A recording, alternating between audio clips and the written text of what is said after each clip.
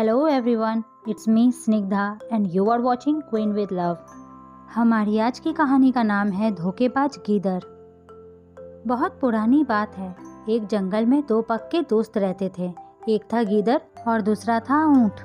गीदड़ काफी चालाक था और ऊंट सीधा सादा सा। ये दोनों दोस्त घंटों नदी के पास बैठकर अपना दुख सुख बांटा करते थे। दिन गुजरते गए और इनकी दोस्ती और गहरी हो गई। एक दिन गिलहरी ने गीदड़ को बताया कि पास के खेत में पके हुए तरबूज है। यह सुनते ही गीदड़ का मन ललच गया, लेकिन वह खेत नदी के पार था। अब नदी को पार करके खेत तक पहुंचना उसके लिए मुश्किल था, इसलिए वो नदी पार करने के लिए तरकीबें सोचने लगा। सोचते सोचते वो ऊंट के पास चला गया। ऊंट ने दिन के समय गीदड़ को देखकर पूछा, मित्र तुम यहाँ कैसे? हम तो शाम को नदी किनारे मिलने वाले थे। तब गीदड़ ने बड़ी चालाकी से कहा, देखो मित्र, पास के खेत में पके हुए तरबूज है। मैंने सुना है तरबूज बहुत मीठे हैं, तुम उन्हें खाकर खुश हो जाओगे, इसलिए मैं तुम्हें बताने चला आया। ऊंट को तरबूज काफी पसंद था। वह बोला, वाह, मैं अभी उस गांव में जाता हूँ। मैंने बहुत समय से तरबूज नहीं खाया है। ऊंट जल्दी जल्दी नदी पार करके खेत जाने की तैयारी करने लगा। तभी गीदड़ ने कहा, दोस्त, तरबूज मुझे भी बहुत अच्छे लगते हैं, लेकिन मुझे तैरना नहीं आता।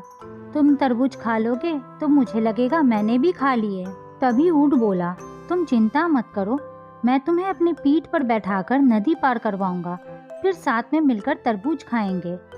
ऊंट ने जैसे ही कहा था वैसे ही किया था। खेत पर पहुंचकर गीदड़ ने मन भरकर तरबूज खाया और खुश हो गया। खुशी के मारे गीदड़ जोर जोर से आवाजें निकालने लगा। तभी ऊंट ने उससे कहा, तुम शोर मत मचाओ। लेकिन ऊंट की बात गीदड़ नहीं मानता है। गीदड़ की आवाज सुनकर किसान डंडे लेकर खेत के पास आ गया। गीदड़ चालाक था, इसलिए वो जल्द ही पेड़ के पीछे छिप गया। ऊंट का शरीर बड़ा था, इसलिए वो छिप नहीं पाया। किसान ने गुस्से के मारे ऊंट को बहुत मारा। किसी तरह अपनी जान बचाकर ऊंट खेत के बाहर निकला। तभी पेड़ के पास छिपा हुआ गीदड़ बाहर आ गया। गीदड़ को देखकर ऊंट ने गुस्से में पूछा, तुम क्यों इस तरह चिल्ला रहे थे? गीदड़ ने कहा, मुझे खाने के बाद चिल्लाने की आदत है, तभी मेरा खाना पचता है। इस जवाब को सुनकर ऊंट को बहुत गुस्सा आया। फिर वो भी चुपचाप नदी की ओर बढ़ने लगा। नदी के पास पहुंचकर ऊंट ने गीदड़ को अपने पीठ पे बैठा लिया। इधर ऊंट को मार पड़ने से मन ही मन गीदड़ बहुत ही खुश हो रहा था। उधर नदी के बीच में पहुंचकर ऊंट ने नदी में डुबकी लगानी शुरू कर दी। गीदड़ डर गया और बोला, यह क्या कर रहे हो? ऊंट ने गुस्से में कहा, मुझे कुछ खाने के बाद हजम करने के लिए नदी में डुबकी लगानी पड़ती है। गीदड़ को समझ आ गया ऊंट उसके किए का बदला ले रहा है, लेकिन बहुत मुश्किल से गीदड़ पानी से अपनी जान बचाकर नदी के किनारे पहुंचा।